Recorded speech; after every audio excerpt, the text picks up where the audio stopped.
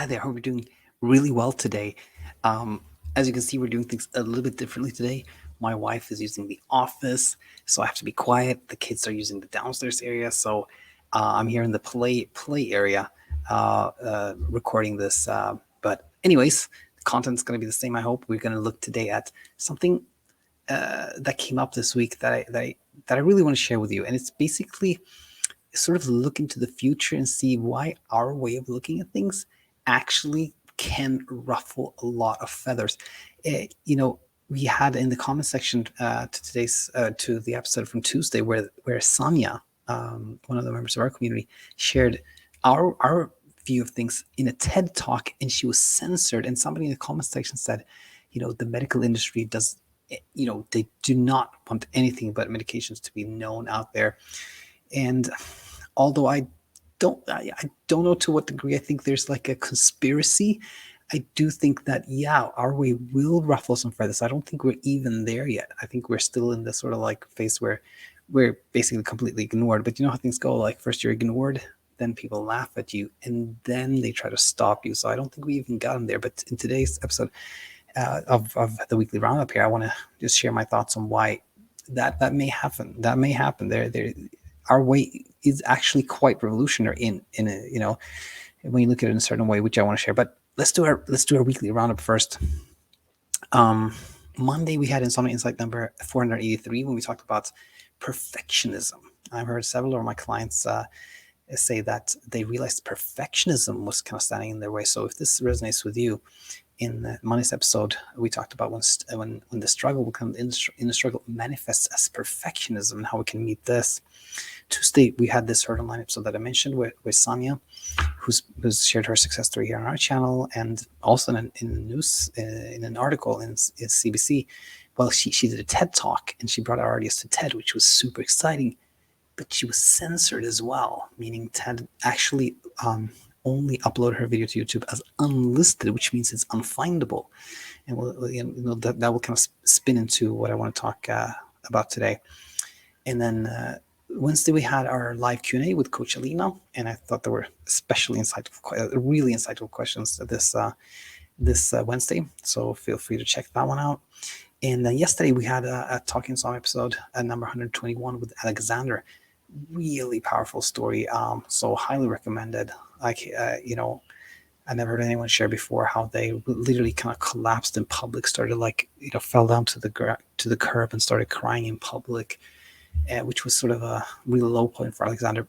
But in a plot twist, that same day he actually found our channel and things changed. So really powerful story there. Now, with this said, again, what I wanted to share today was a little bit of thoughts around why our way can really ruffle some feathers. So think about this. What if, we really look at these inner struggles like insomnia, like the struggle with anxiety, the struggle with sadness, if we look at all these struggles as a form of phobia, right? And when I say phobia, I mean like we can become scared of something that is actually harmless, like being awake, or an emotion like anxiety, right? But just like the more we try to avoid insects, if we become scared of insects, the more we try to avoid them, the more we teach ourselves that they are dangerous, and the more of a struggle we have, and the phobia can really impact our lives, right?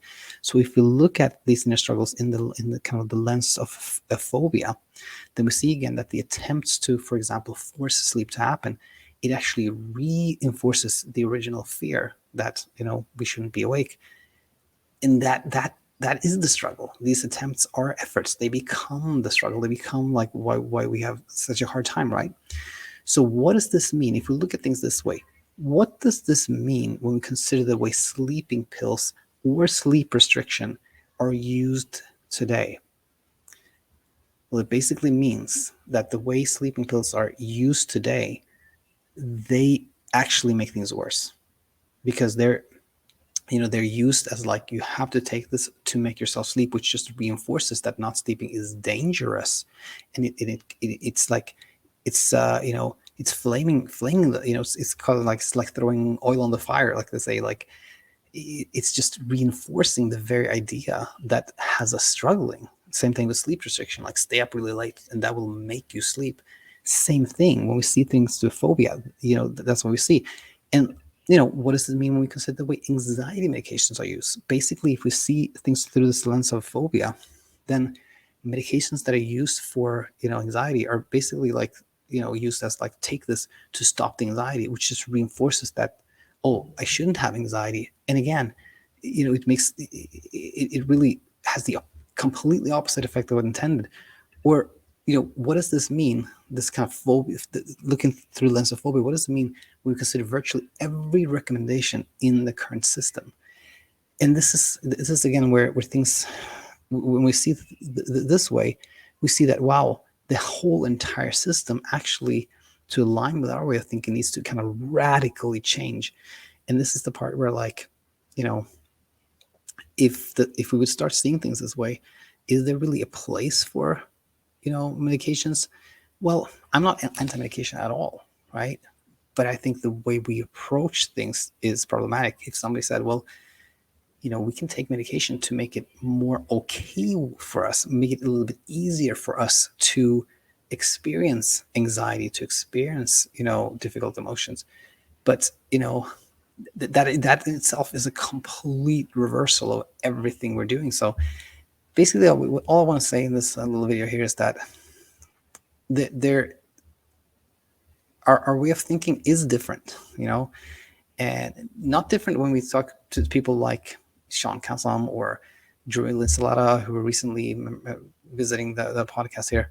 But in terms of like the kind of established system, these ideas are very, very different. And I can see why TED chose to censor Sonia, and we may see more of this in the future. But yeah, it's these are interesting times. I think we're still so small that nobody pays attention to us.